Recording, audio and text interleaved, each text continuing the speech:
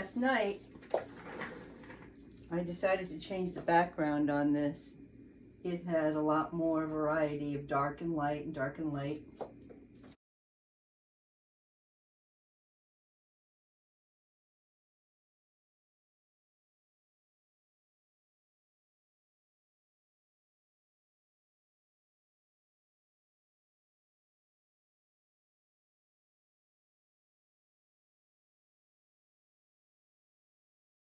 I don't mind putting a few of these feathers back in, but the light on this side took me a while to get it the way I wanted it, and I do not want to mess it up.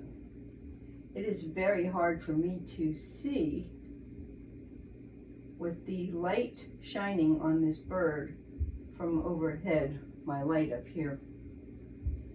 My eyes cannot take a glare, not out in the sun, not in the house, not anywhere. I have something called Fuchs retinal dystrophy, which basically will take my sight one day. And yes, I may be able to get a cornea transplant if it doesn't reject, but a lot of them do. Once you've done that, you're blind, so that's not too pleasant. So I'm trying to hold off as long as humanly possible. But in the meantime, this glare drives me crazy. Because the pressure in my eyes causes a foggy debris that obscures my vision. When I'm standing outside in the sun, I often can't see my palette at all. It's completely covered. So like when I painted for a competition I did in Tarpon Springs not that long ago, I spent a lot of time trying to find just the right spot where I could be in the shade most of the day, so I could paint like a dappled effect on the trail that I was looking at Anderson Park. Because normally when I go out painting, if I'm in the sunshine, I can only take a couple of hours. When the sun gets really strong, I generally leave and finish my paintings at home. But this competition, you had to do the whole thing outside. And for that reason, I had to be sure that whatever I was painting, number one, I had a very comfortable chair, which cost me a lot of money to get this chair, so I could sit down, because I'm getting older and I have back issues and knee issue and ankle issues, so many issues. It's awful getting old. But I wanted to make sure I would be very comfortable. And I was very comfortable all day long. The weather was good in the shade where I was sitting, and I was able to sit there for 5.5 hours and just paint away. And then I only had like another hour or two to do the next day, and I got my painting finished. So that was wonderful. But normally it's very hard. I love plein air painting, but it is very difficult for me trying to paint outside. Why I keep trying to do something that's so hard, I don't know, but that's just me, my personality.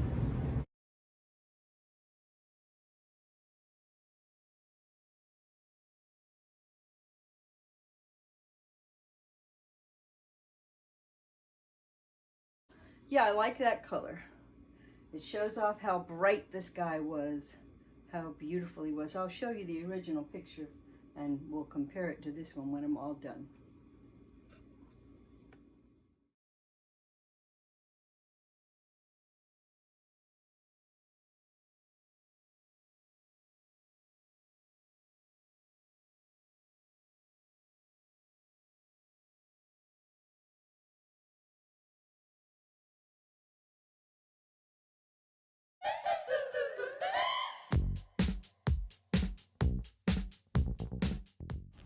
Yay, stir fry, my favorite thing. Here's some broccoli stalks that most people throw away, but if you shave off the outside of the stalk with a knife or a shaver, you can chop these all up, and they are very delicious and nutritious, and really it's such a waste to just throw them out. They will add a lot of flavor. Here they are all chopped up. Here's some celery that I've chopped up, and I cut it on the bias, sort of like on an angle to help it cook more evenly, and it looks pretty. I also added snow peas, which you have to clean that little piece of string off of it or you will choke when you eat these things. So you go to the edge of the snow pea with your sharp knife and you just clip the tip and pull down and it will peel away just like on a string bean. I cut these onions in a way that they would be long because I want them to cook that way rather than little short chopped up pieces, because you want this to kind of have a hearty feel to it, not just all like a chutney or chopped up. Now never do this with your knives. I threw them down there and I could have cut myself, but I'm always rushing. Here's some kale. I cut a lot of holes in the bag a few days before and put paper towels in it to keep this from getting too wet and rotting. Once you open the bag, that can happen easily. I have completely cut off the end of my garlic because I'm going to use all of these cloves. I throw away the teeny tiny ones. They're just too much trouble to try to pull out of the paper and cut the ends off of and smash them. They can be maddening. So some big cloves of garlic, 6, 8, 10, as many as you like. Peel off the paper on the outside. I call it paper. It flies all over the kitchen. Chop them up. If you like them minced, that's fine, but I like to cut these into pretty big pieces, just nice slices, thin slices. And then I made a little soy sauce rendition here with a little sugar and garlic and ginger and sesame oil. Turned out really tasty. I used this the other night on the chicken that I made for Mike and Matt as well. And I lined everything up in the kitchen in order of how I'm going to put it into my wok, because I need certain things to cook at certain times, which is also the reason I cut them into the sizes that they're cut into. Some things are cut bigger and some are smaller, because I want certain things to stay crispy in there. I want it to be a stir fry. You want to know which vegetable you're eating. You don't want it all just mushed together. There's the wok that we seasoned, my husband and I, on the driveway in the barbecue the other day because we couldn't do it in the house with the birds, and our electric stove would not have heated up enough to season this pan. It's just a carbon steel, inexpensive wok, but I absolutely love it. This is my favorite kind of food. You can see there's some food sitting there still. The garlic is the last thing I will put in there, just like those tops of the broccoli, because they very easily cook and get too soft, and the garlic can burn easily. I have reserved a little bit of the pasta water just in case I need to moisten this a little bit, and I don't want to add too much oil. And I'm washing things as I go. Again, safety is really important. Put those pointy knives down. Don't put them in the sink with the other dishes, or you may end up grabbing one by your hand and cutting yourself. And wash your dishes as you go, because otherwise you are overwhelmed when it's over and you just don't want to clean the mess. I use a lot of these old-fashioned Pyrex dishes. They work phenomenal. Actually, they're Corelle. They all have tops on them that you can order, and so if you have leftovers, you can put them away in it. I have the wrong pasta noodles here, but it's the only ones I could get. So when I put them in on top of the vegetables, I actually used my scissors and chopped them up a little bit because they're a little too fat and they will overwhelm the softer vegetables. Anyway, this came delicious. I thoroughly enjoyed it. It's another meal idea for you, and I guess I have a lot of ideas with pasta and vegetables because that's what I eat a lot of the time.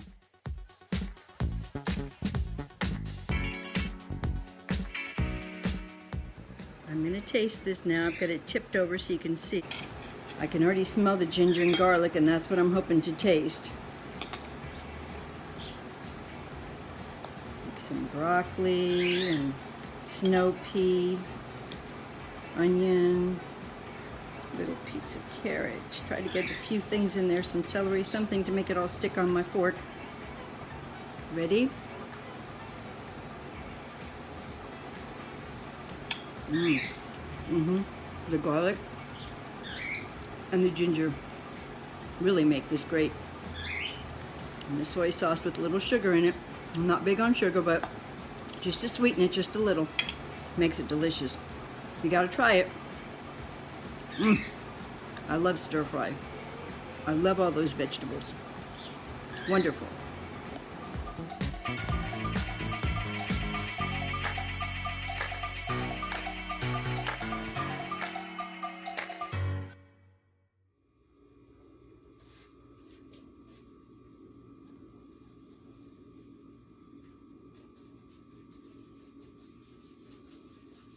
one last glaze.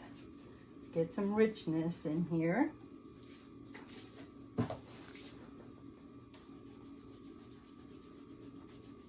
have some dark spots, but I'm not really trying to make it darker as much as I'm just trying to give a lot of it a richer quality. See, some of these dark spots are in here and I want them in.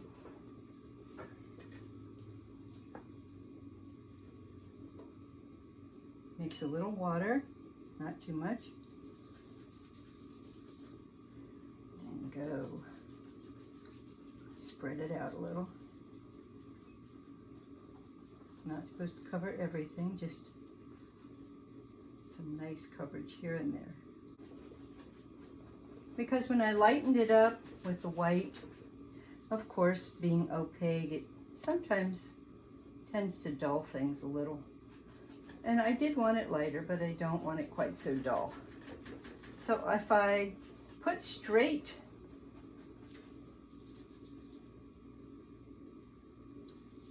blue on here, you will end up with too dark. Okay, so, you know, I don't usually use phthalo blue. It's a very unusual color, very potent. If I put it on there straight without any water, it comes out a little dark. But if I add the water to it, it kind of makes it a wash. Because again, these are water mixable paints. I could use some of the oil if I want. I could go into my medium that I have here and mix it in.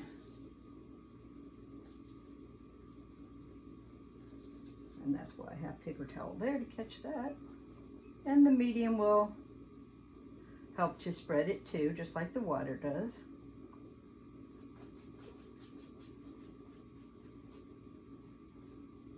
But it will not lighten it. And I needed it lighter. That's why I added the white to start with, but now I'm going back in and making it richer.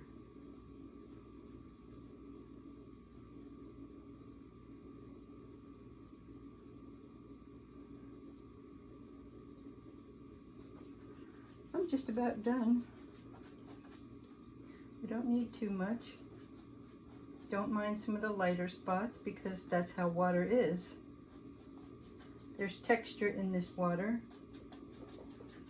but not too much. When I started out, you know, the real original water was very dark and murky looking, and it just wasn't pretty.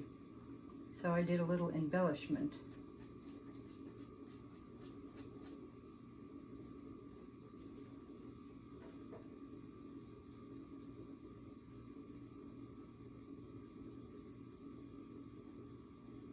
You have a shaky hand and you don't use a maul stick, lay the brush down, hold it still, and then come forward. Things to learn when you get older. So that's pretty much it, guys. I think I finally finished this painting. It started years ago, but there was something about it I just wasn't satisfied with. And I think it was mostly the background, which I have redone. And I also punched up a little bit on the bird here and there, gave him a better eye and a better beak. Thanks for joining me, guys.